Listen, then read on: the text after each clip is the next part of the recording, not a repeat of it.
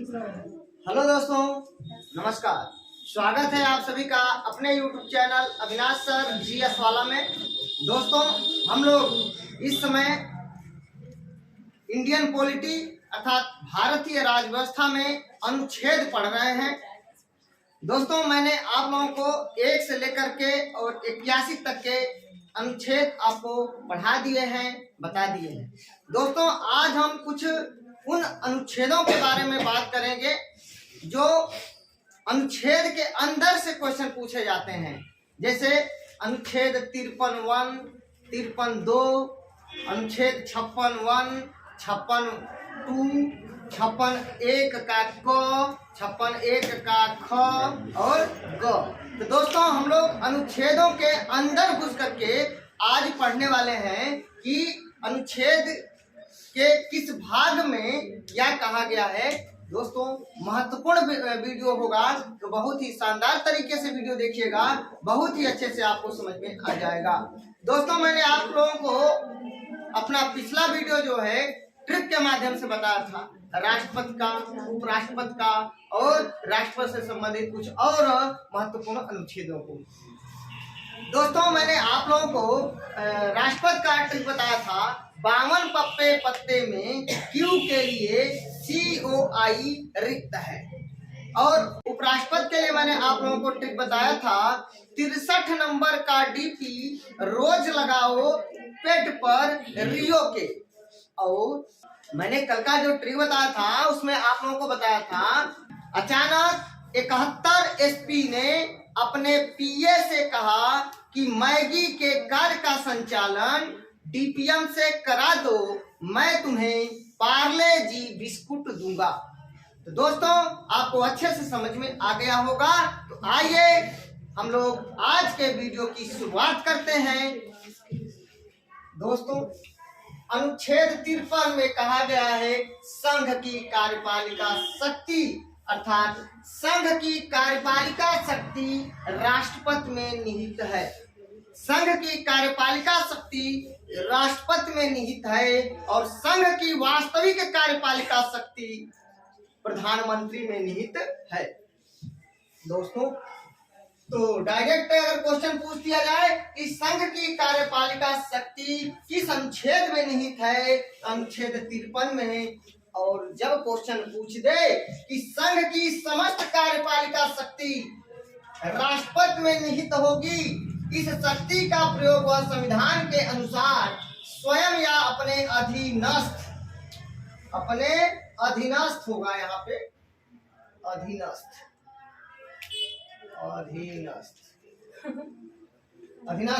अधिकारियों के माध्यम से करेगा। तो दोस्तों, संघ की कार्यपालिका शक्ति राष्ट्रपति में निहित होती है, इसका उल्लेख अनुच्छेद 53 में किया गया है।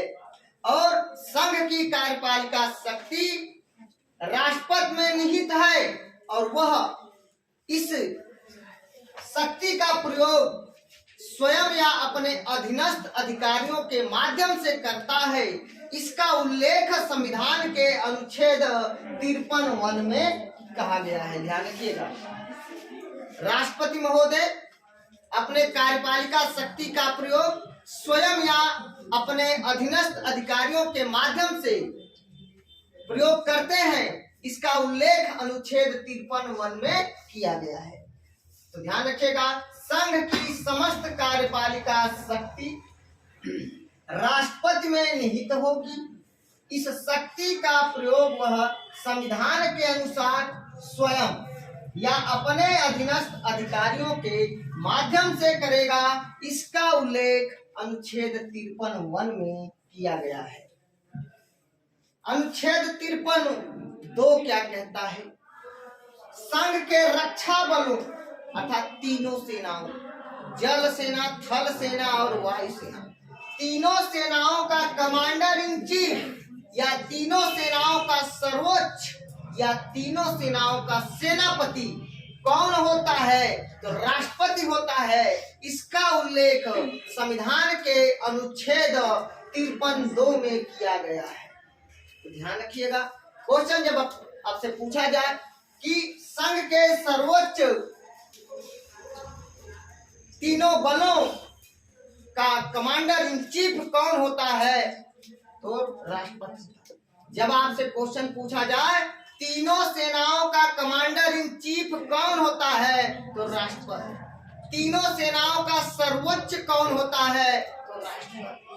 तीनों सेनाओं का सेनापति कौन होता है?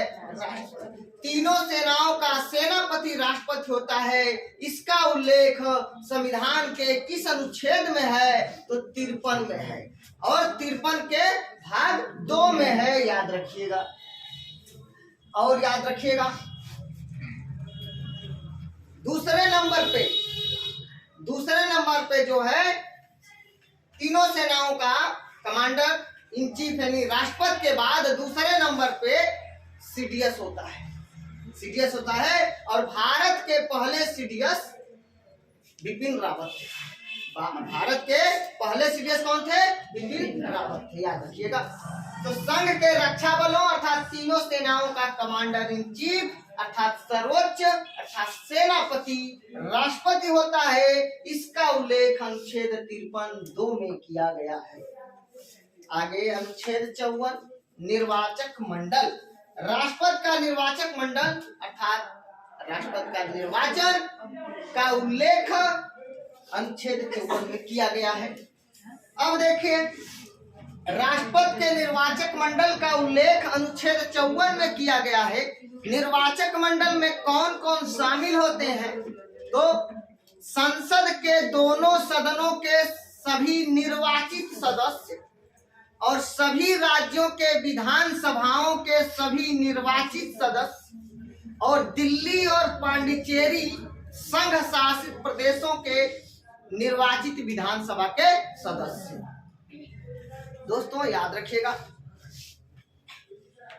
दिल्ली और पांडिचेरी विधानसभा को 70वें संविधान संशोधन 1992 के द्वारा राष्ट्रपति के चुनाव में शामिल किया गया। 70वें संविधान संशोधन 1992 के द्वारा 70वें संविधान संशोधन 1992 के द्वारा दिल्ली और पांडिचेरी विधानसभा के सदस्यों को राष्ट्रपति के निर्वाचन में शामिल किया गया, याद रखिएगा। तो आइए देखते हैं अनुच्छेद 54 कहता है राष्ट्रपति के निर्वाचक मंडल का उल्लेख है। अनुच्छेद 54 में कहा गया है राष्ट्रपति का निर्वाचक एक मंडल होगा, और अनुच्छेद 54 क्या कहता है? संसद के दोनों सदनों के सभी निर्वाचित सदस्य अर्थात लोकसभा और राज्यसभा के सभी निर्वाचित सदस्यों का उल्लेख अनुच्छेद 54 क में किया गया है कि राष्ट्रपति के निर्वाचन में संसद के दोनों सदनों के सभी निर्वाचित सदस्य भाग लेंगे। लेकिन 54 ख क्या कहता है? सभी राज्यों के विधानसभा के सभी निर्वाचित सदस्य और दिल्ली और पांडिचेरी के विधानसभा के सभी निर्वाचित सदस्य राष्ट्रपति के चुनाव में भाग लेंगे। तो ध्यान रखिएगा 54 में तो निर्वाचक मंडल हो गया राष्ट्रपति के, लेकिन उनके चुनाव में कौन कौन लोग भाग लेंगे उनके बारे में अलग अलग बता दिया गया है संविधान में। तो 54 को कह दिया कि राष्ट्रपति के निर्वाचन में संसद के दोनों सदनों के सभी निर्वाचित सदस्य भाग लेंगे, और 54 ख कह दिया कि सभी राज्यों के विधानसभा के सभी निर्वाचित सदस्य और दिल्ली और पांडिचेरी के विधानसभा के निर्वाचित सदस्य राष्ट्रपति के चुनाव में भाग लेंगे, याद रखिएगा।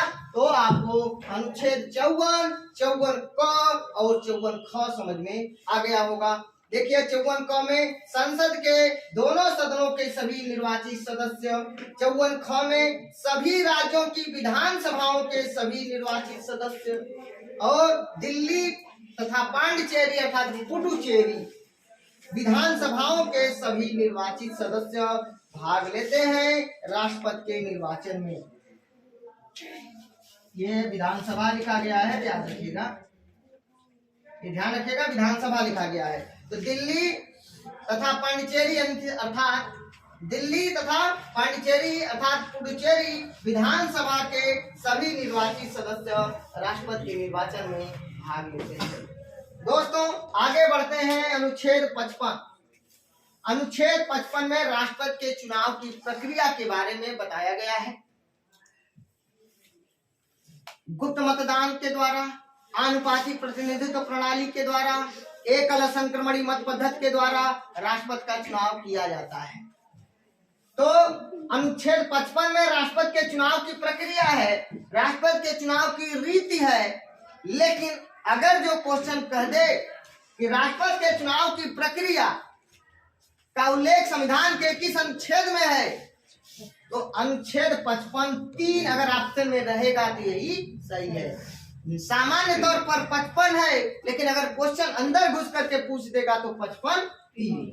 जब आपसे क्वेश्चन पूछ देगा राष्ट्रपति का चुनाव आनुपातिक प्रतिनिधित्व पद्धति के द्वारा, एकल संक्रमणीय मत प्रणाली के द्वारा होगा, और ऐसे चुनाव में या ऐसे निर्वाचन में मतदान गुप्त किया जाता है, इसका उल्लेख संविधान के किस अनुच्छेद में किया गया है?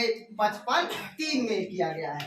तो राष्ट्रपति का चुनाव आनुपातिक प्रतिनिधित्व पद्धति के आधार पर एकल संक्रमणीय मत प्रणाली के द्वारा, गुप्त मतदान के द्वारा किया जाता है। चलिए अब आगे बढ़ते हैं। अनुच्छेद 56 राष्ट्रपति का कार्यकाल। राष्ट्रपति का कार्यकाल का उल्लेख अनुच्छेद 56 में किया गया है। अब देखिए अनुच्छेद 56(1) क्या कहता है कि राष्ट्रपति का कार्यकाल अपने पद ग्रहण करने की तारीख से 5 वर्ष की अवधि तक होगा। अनुच्छेद 56(1) कहता है कि राष्ट्रपति का कार्यकाल अपने पद ग्रहण करने की तारीख से 5 वर्षों तक का होगा। 56(1) को क्या कहता है? कबूतर का क या 56(1) का 1 भी दे सकता है, या क की जगह पर ए भी दे सकता है, ध्यान रखिएगा।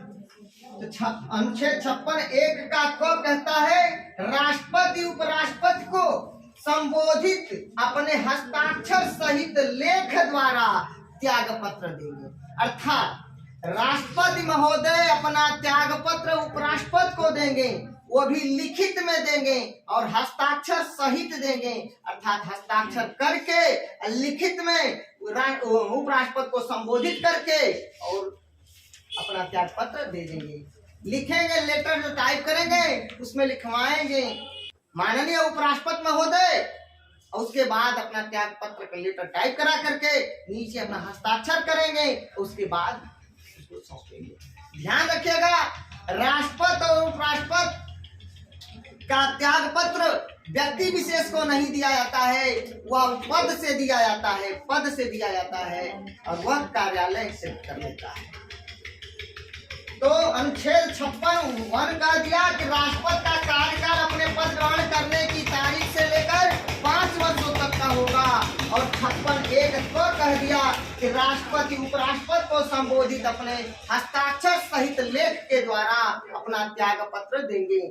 तो राष्ट्रपति अपना त्याग पत्र उपराष्ट्रपति को देंगे और लिखित में देंगे, अपना हस्ताक्षर करके देंगे। 56(1) ख क्या कहता है कि संविधान का अतिक्रमण करने पर राष्ट्रपति को हटाया जाएगा। संविधान का अतिक्रमण करने पर राष्ट्रपति को हटाया जाएगा। उसमें किसका? अनुच्छेद 61 का प्रयोग किया जाएगा। उनके खिलाफ महाभियोग प्रक्रिया लाई जाएगी, महाभियोग प्रक्रिया के द्वारा उनको हटाया जाएगा।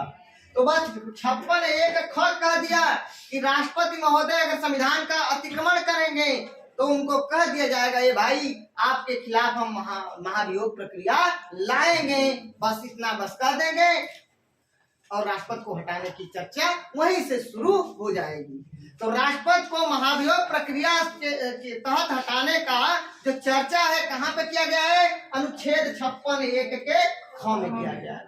अनुच्छेद 61 में महाभियोग प्रक्रिया का उल्लेख किया गया है कि महाभियोग प्रक्रिया किस में जो है कैसे कैसे लोग, किस तरह से लोग शामिल होंगे, कौन कौन शामिल होंगे, उसकी प्रक्रिया क्या है महाभियोग की, ये बातें आपको 61 में बताया गया है। लेकिन महाभियोग प्रक्रिया के द्वारा हटाने की बात अनुच्छेद 56(1) का ख करता है। तो संविधान का अतिक्रमण करने पर राष्ट्रपति को अनुच्छेद 61 में उपबंधित रीति से चलाए गए महाभियोग प्रक्रिया द्वारा हटाया जाएगा। याद रखिएगा। अनुच्छेद 56(1) का ग क्या कहता है? 56(1) का ग क्या कहता है? अनुच्छेद 56(1) का ग कहता है कि राष्ट्रपति अपने पद की समाप्ति पर तब तक अपने पद पर बना रहता है जब तक कि उसका उत्तराधिकारी पद ग्रहण नहीं कर लेता। ध्यान दीजिएगा, 56(1) कह दिया कि अपने पद ग्रहण करने की तारीख से लेकर के 5 वर्षों तक का कार्यकाल पूरा करेंगे। लेकिन 56(1) का ग कह दिया कि राष्ट्रपति अपने पद ग्रहण करने की तारीख से लेकर के अपने अगले उत्तराधिकारी के आने तक अपने पद पर बने रहेंगे। पद ग्रहण कर लिए हैं, जब तक उनका उत्तराधिकारी नहीं आ जाता तब तक वो पद पर बने रह सकते हैं। ये हमारा संविधान 56(1) का ग कहता है। अनुच्छेद 56(2) क्या कहता है? राष्ट्रपति के त्याग पत्र की तत्काल सूचना उपराष्ट्रपति लोकसभा के अध्यक्ष को देता है। ध्यान से बात को समझिएगा। जब राष्ट्रपति महोदय अपना त्याग पत्र उपराष्ट्रपति को देंगे तो तत्काल सूचना उपराष्ट्रपति लोकसभा के अध्यक्ष को देंगे। यह अनुच्छेद 56(2) कहता है। राष्ट्रपति जब अपना त्याग पत्र उपराष्ट्रपति को देंगे तो उपराष्ट्रपति तत्काल इसकी सूचना लोकसभा के अध्यक्ष को देंगे। इसका उल्लेख अनुच्छेद 56(2) में किया गया है, तो याद रखिएगा। अनुच्छेद 58 क्या कहता है? राष्ट्रपति निर्वाचित होने के लिए योग्यताएं अर्हताएं, यानी राष्ट्रपति बनने के लिए क्या योग्यता होनी चाहिए, क्या अर्हता होनी चाहिए, इसके बारे में अनुच्छेद 58 में बताया गया है, कहा गया है। दोस्तों, राष्ट्रपति निर्वाचित होने के लिए योग्यताएं या अर्हताएं अनुच्छेद 58। अब देखिए अनुच्छेद 58(1) क्या कहता है? अनुच्छेद 58(1) क्या कहता है कि कोई भी व्यक्ति राष्ट्रपति निर्वाचित होने का पात्र तभी होगा, अर्थात योग्यता की बात करेगा। अगर 58 ऑप्शन में नहीं रहेगा तो 58(1) रहेगा, ध्यान रखिएगा। ठीक है। अब क्वेश्चन पूछेगा कि कोई भी व्यक्ति राष्ट्रपति निर्वाचित होने के लिए जो उसके लिए पात्रता है उसमें भारत का वह नागरिक हो, इसका उल्लेख संविधान के किस अनुच्छेद में है? 58(1) का 58(1) का कहता है कि कोई भी व्यक्ति राष्ट्रपति तभी बन सकता है जब वह भारत का नागरिक हो। अच्छा, ये बात को ध्यान रखना, ये कोई जरूरी नहीं है कि उसका जन्म भारत में ही हुआ हो, लेकिन वह भारत का नागरिक होना चाहिए। हमारे यहाँ के कानून के हिसाब से, हमारे देश के कानून के हिसाब से वह भारत का नागरिक होना चाहिए। यह अनुच्छेद 58(1) का क कहता है। और दूसरा 58(1) का ख कह दिया तुरंत कि भैया राष्ट्रपति वही बन सकता है जिसकी उम्र कम से कम 35 साल हो, 35 साल पूरा कर चुका हो। अगर 35 साल में एक दिन भी कम रहेगा तो वह राष्ट्रपति नहीं बन सकता। राष्ट्रपति बनने के लिए कम से कम उसकी उम्र 35 वर्ष कंप्लीट हो चुका हो, वही राष्ट्रपति बन सकता है। यह अनुच्छेद 58 का 1 का ख कहता है।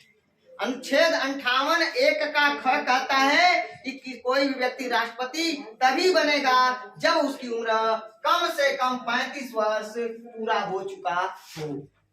अनुच्छेद 58(1) का ग कह दिया कि कोई व्यक्ति राष्ट्रपति तभी बन सकता है जब उसमें लोकसभा का सदस्य बनने की योग्यता हो, लोकसभा का सदस्य निर्वाचित होने के लिए वह अर्ह हो, योग्य हो, तभी वह राष्ट्रपति बन सकता है। उपराष्ट्रपति के लिए राज्यसभा का सदस्य बनने की योग्यता और राष्ट्रपति के लिए लोकसभा का सदस्य बनने की योग्यता होनी चाहिए। चलिए, अनुच्छेद 58(2) कहता है कि राष्ट्रपति वही व्यक्ति निर्वाचित हो सकता है जो भारत सरकार या राज्य सरकार के अधीन किसी सरकारी लाभ के पद पर न हो, अर्थात कोई भी सरकारी कर्मचारी न हो, सरकारी कर्मचारी न हो। ध्यान रखिएगा, कैबिनेट मंत्री, राज्य मंत्री, प्रधानमंत्री, मुख्यमंत्री, लोकसभा का सदस्य, विधानसभा का सदस्य, विधान परिषद का सदस्य, राज्यसभा का सदस्य अर्थात संसद का सदस्य या राज्यपाल, ये सभी पद सरकारी लाभ के पद पर नहीं माने जाते हैं, याद रखिएगा। तो ये सभी आपको अच्छे से समझ में आ गया होगा। अनुच्छेद 53 में कहा गया है संघ की कार्यपालिका शक्ति राष्ट्रपति में निहित है, लेकिन अनुच्छेद 53(1) में कहा गया है कि संघ की समस्त कार्यपालिका शक्ति राष्ट्रपति में निहित होगी। इस शक्ति का प्रयोग वह संविधान के अनुसार स्वयं या अपने अधीनस्थ अधिकारियों के माध्यम से करेगा। अनुच्छेद 53(2) कहता है संघ के रक्षा बलों अर्थात तीनों सेनाओं का कमांडर इन चीफ राष्ट्रपति होता है। तीनों सेनाओं का सेनापति राष्ट्रपति होता है। तीनों सेनाओं का सर्वोच्च राष्ट्रपति होता है, अनुच्छेद 53(2) कहता है। अनुच्छेद 54 में राष्ट्रपति के निर्वाचक मंडल का उल्लेख किया गया है और 54(क) कहता है संसद के दोनों सदनों के सभी निर्वाचित सदस्य राष्ट्रपति के निर्वाचन में भाग लेंगे। 54(ख) कहता है सभी राज्यों की विधानसभाओं के सभी निर्वाचित सदस्य राष्ट्रपति के चुनाव में भाग लेंगे और साथ ही साथ 2 संघ शासित प्रदेश दिल्ली और पांडिचेरी विधानसभा के निर्वाचित सदस्य, दिल्ली और पांडिचेरी के सभी निर्वाचित सदस्य राष्ट्रपति के चुनाव में भाग लेंगे। 70वां संविधान संशोधन 1992 के द्वारा ये प्रावधान किया गया। आगे बढ़ते हैं। अनुच्छेद 55 में कहा गया है कि राष्ट्रपति के चुनाव की प्रक्रिया क्या है, इसके बारे में, चुनाव प्रक्रिया के बारे में अनुच्छेद 55 में बताया गया है। लेकिन अनुच्छेद 55(3) कह दिया कि आनुपातिक प्रतिनिधित्व प्रणाली एकल संक्रमण मत पद्धति के द्वारा गुप्त मतदान के द्वारा राष्ट्रपति का चुनाव किया जाएगा। अनुच्छेद 55(3) कहता है कि राष्ट्रपति का चुनाव, राष्ट्रपति का निर्वाचन आनुपातिक प्रतिनिधित्व प्रणाली के द्वारा एकल संक्रमण मत पद्धति के आधार पर गुप्त मतदान के द्वारा किया जाएगा। तो अनुच्छेद 55(3) में बताया गया है। सीधा सीधा क्वेश्चन आपसे पूछा जाएगा कि राष्ट्रपति का चुनाव आनुपातिक प्रतिनिधित्व प्रणाली के द्वारा एकल संक्रमण मत पद्धति के आधार पर गुप्त मतदान के द्वारा किया जाता है, इसका उल्लेख संविधान के किस अनुच्छेद में है? अनुच्छेद 55(3) में किया गया है। अनुच्छेद 56 में राष्ट्रपति का कार्यकाल का उल्लेख किया गया है। अनुच्छेद 56(1) कहता है कि राष्ट्रपति का कार्यकाल अपने पद ग्रहण करने की तारीख से लेकर 5 वर्षों तक का होगा, 5 वर्षों तक का होगा। अनुच्छेद 56(1) का क कहता है राष्ट्रपति उपराष्ट्रपति को संबोधित अपने हस्ताक्षर सहित लेख के द्वारा त्याग पत्र देंगे। अनुच्छेद 56(1) का ख कहता है कि यदि राष्ट्रपति महोदय संविधान का अतिक्रमण करें, संविधान के अनुसार काम न करें, तो अनुच्छेद 61 में उपबंधित रीति के द्वारा महाभियोग चलाया जाएगा और उनको पद से हटाया जाएगा। इसका उल्लेख अनुच्छेद 56(1) का ग कहता है। अनुच्छेद 56(1) का ग कहता है कि कोई भी व्यक्ति राष्ट्रपति पद पर तब तक बना रहता है जब तक कि उसका उत्तराधिकारी अपना पद ग्रहण नहीं कर लेता, शपथ ग्रहण नहीं कर लेता। दोस्तों यहाँ पे अनुच्छेद 56(1) ग कह दिया कि राष्ट्रपति अपने पद पर तब तक बना रहता है जब तक कि उसका उत्तराधिकारी अपना पद ग्रहण नहीं कर लेता, अर्थात राष्ट्रपति अपने पद की समाप्ति पर तब तक अपने पद पर बना रहता है जब तक कि उसका उत्तराधिकारी पद ग्रहण नहीं कर लेता। अनुच्छेद 56(2) कहता है कि राष्ट्रपति के त्याग पत्र की तत्काल सूचना उपराष्ट्रपति लोकसभा के अध्यक्ष को देगा। यहाँ पे 2 तरह से क्वेश्चन पूछा जाएगा। राष्ट्रपति अपना त्याग पत्र उपराष्ट्रपति को देता है, इसकी तत्काल सूचना उपराष्ट्रपति किसको देता है? तो लोकसभा के अध्यक्ष को देता है। राष्ट्रपति अपना त्याग पत्र उपराष्ट्रपति को देता है, इसकी तत्काल सूचना उपराष्ट्रपति लोकसभा अध्यक्ष को देता है। या इसका उल्लेख संविधान के किस अनुच्छेद में किया गया है? अनुच्छेद 56(2) में किया गया है। अनुच्छेद 58 में क्या कहा गया है? राष्ट्रपति निर्वाचित होने के लिए अर्हताएं अर्थात योग्यताएं। कोई भी व्यक्ति राष्ट्रपति निर्वाचित होने के लिए पात्र तभी होगा, इसका उल्लेख अनुच्छेद 58 में किया गया है। लेकिन क्वेश्चन सीधा अगर आपसे पूछ दे कि कोई भी व्यक्ति राष्ट्रपति बनने के जो योग्यता है उसका उल्लेख किस अनुच्छेद में किया गया है? 58 में किया गया है या 58(1) में किया गया है। किसी भी व्यक्ति के राष्ट्रपति बनने की योग्यता का उल्लेख संविधान के किस अनुच्छेद में है? अनुच्छेद 58(1) में है। लेकिन 58(1) का क्या कहता है कि राष्ट्रपति बनने के लिए उसे भारत का नागरिक होना चाहिए। भारत का नागरिक होना चाहिए। यह 58(1) का क कहता है। 58(1) का ख कहता है कि उसकी उम्र कम से कम 35 साल पूरा हो गया हो। और अनुच्छेद 58(1) का क कहता है कि कोई भी व्यक्ति राष्ट्रपति तभी बन सकता है जब वह भारत का नागरिक हो। 58(1) का ख कहता है कि जब उसकी उम्र 35 वर्ष पूरा हो चुका हो। अनुच्छेद 58(1) का ग कहता है उसे लोकसभा का सदस्य बनने की योग्यता होनी चाहिए, उसे लोकसभा का सदस्य बनने के योग्य होना चाहिए। अनुच्छेद 58(1) का ग कहता है कि कोई व्यक्ति राष्ट्रपति तभी बन सकता है जब वह लोकसभा का सदस्य बनने के योग्य हो, लोकसभा का सदस्य निर्वाचित होने के योग्य हो। तो 58(1) का ग। 58(2) अनुच्छेद 58(2) कहता है कि भारत सरकार या राज्य सरकार के अधीन किसी सरकारी लाभ के पद पर न हो। कोई भी व्यक्ति राष्ट्रपति तभी बन सकता है जब वह केंद्र सरकार या राज्य सरकार के अधीन कोई भी सरकारी लाभ का पद धारण न किया हो तो वो राष्ट्रपति बन सकता है। दोस्तों, अगर आप लोग स्क्रीनशॉट लेना चाहें तो स्क्रीनशॉट ले सकते हैं। दोस्तों, मैंने कल आप लोगों से क्वेश्चन पूछा था कि भारत का वह कौन ऐसा पहला राष्ट्रपति है जो कांग्रेस का पूर्ण बहुमत होते हुए भी स्वतंत्र उम्मीदवार के रूप में राष्ट्रपति चुना गया। भारत का कौन ऐसा पहला राष्ट्रपति है जो कांग्रेस का पूर्ण बहुमत होते हुए भी स्वतंत्र उम्मीदवार के रूप में राष्ट्रपति चुना गया? तो दोस्तों, इसका फाइनल आंसर होगा बीबी गिरी। इसका फाइनल आंसर होगा बीबी गिरी। आज का हमारा क्वेश्चन है कि भारत का वह कौन ऐसा राष्ट्रपति है जो द्वितीय चक्र की मतगणना से राष्ट्रपति चुना गया? इसका आंसर आप लोग मुझे कमेंट बॉक्स में देंगे कि भारत का वह कौन ऐसा पहला राष्ट्रपति है जो द्वितीय चक्र की मतगणना से राष्ट्रपति चुना गया। एक बार मैं दोबारा रिपीट करता हूं क्वेश्चन, भारत का वह कौन ऐसा पहला राष्ट्रपति है जो द्वितीय चक्र की मतगणना से राष्ट्रपति चुना गया? बहुत ही महत्वपूर्ण प्रश्न है। इसका आंसर आप लोग मुझे कमेंट बॉक्स में देंगे। तब तक के लिए दोस्तों, अगर मेरा वीडियो आपको अच्छा लगे प्लीज दोस्तों लाइक कमेंट शेयर करके मुझे सूचित जरूर करना।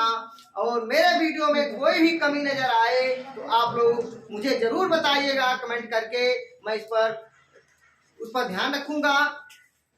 तो दोस्तों, मिलते हैं नेक्स्ट वीडियो में। तब तक के लिए नमस्कार, धन्यवाद।